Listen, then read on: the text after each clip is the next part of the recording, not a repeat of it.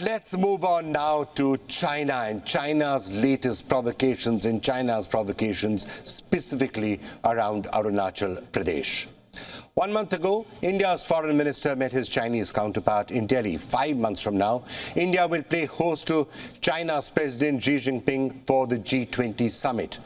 Amid all of this diplomatic engagement, which to be fair is fairly downgraded from what it was just a few years ago, Beijing has decided to needle New Delhi again. After Ladakh, China's new focus appears to be the Indian state of Arunachal Pradesh, which shields the rest of the northeast from Beijing. So what is the latest provocation that China is throwing at India? And how have Delhi and the other world powers reacted? What China is doing essentially is, it says, we're going to be renaming areas in Arunachal Pradesh. Remember, Arunachal Pradesh is an Indian state, an integral part of India. The Minister for Law comes from Arunachal Pradesh. There's no really doubt about who's in possession out there. And now China is coming out and saying, we're going to rename parts of this. So clearly it's a provocation, and it's not crystal clear as to why China is doing this. And I'm going to be discussing that question with Professor Harsh Pant a short while from now. But before I do that, let's take you through the latest developments when it comes to China's provocations in Arunachal Pradesh. After nearly 3 years of keeping Ladakh burning, China seems to be trying to ignite the tinderbox in Arunachal Pradesh. For the third time since 2017, Beijing announced new names for 11 places in the northeast state on the 2nd of April. This diplomatic offensive came around 4 months after military aggression in Arunachal's Tawang area when Chinese soldiers tried to enter Indian territory.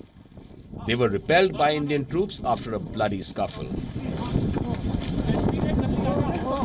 Now the Modi government and the Jinping administration are engaged in a war of words over China's latest stunt.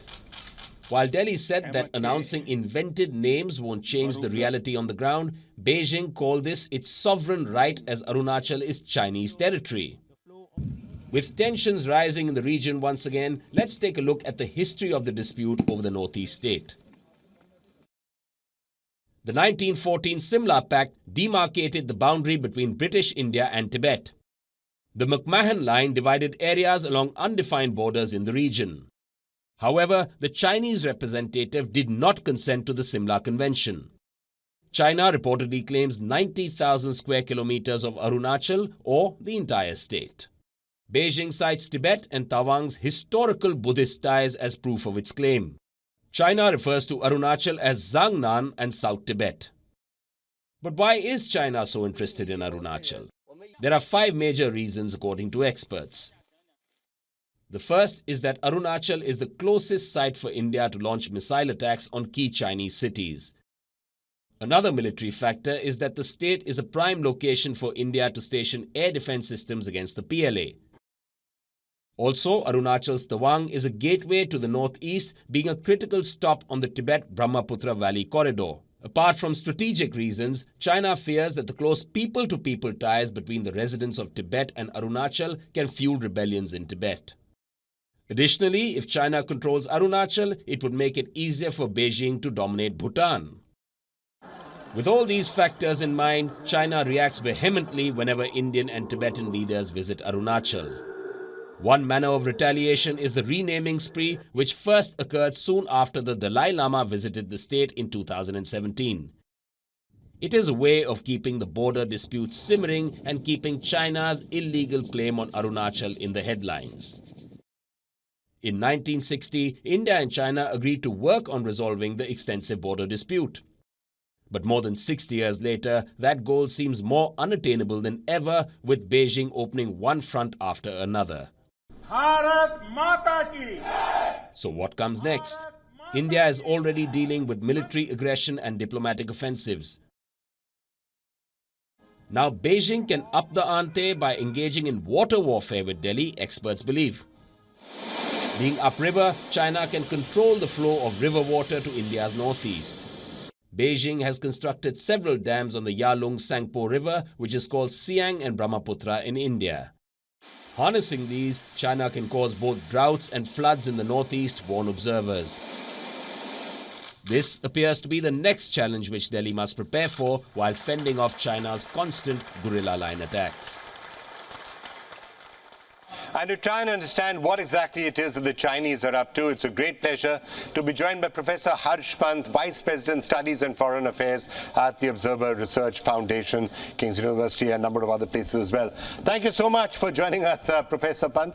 What exactly is it that the Chinese hope to achieve by renaming places in Arunachal Pradesh, other than needling India, annoying India, and ensuring that India is going to remain an adversary for quite some time to come? Well, it seems like a pincer kind of a movement that you keep the pressure boiling on the border, and at the same time you create new realities, new facts on the ground, so that even when you are negotiating from a position of strength, right? They will come to so tomorrow when the boundary negotiations restart, they will come to the negotiating table with all their legalese. And they would say that, look, this is what we have been saying all along, and we have been gradually making a case to you and to wider international community and to public that we have never renounced any of these claims. So they are, I think, in some ways using what is called lawfare. That they have changed the realities on the ground. They have come up with the new border law, which came into effect last January, and gradually by renaming names, by renaming places in Arunachal, I think they are establishing their credentials as the dominant party in these negotiations. So I think India will have to be well prepared, both to fight them out at the border as well as a very strong legal defense that will eventually happen whenever you have diplomatic negotiations.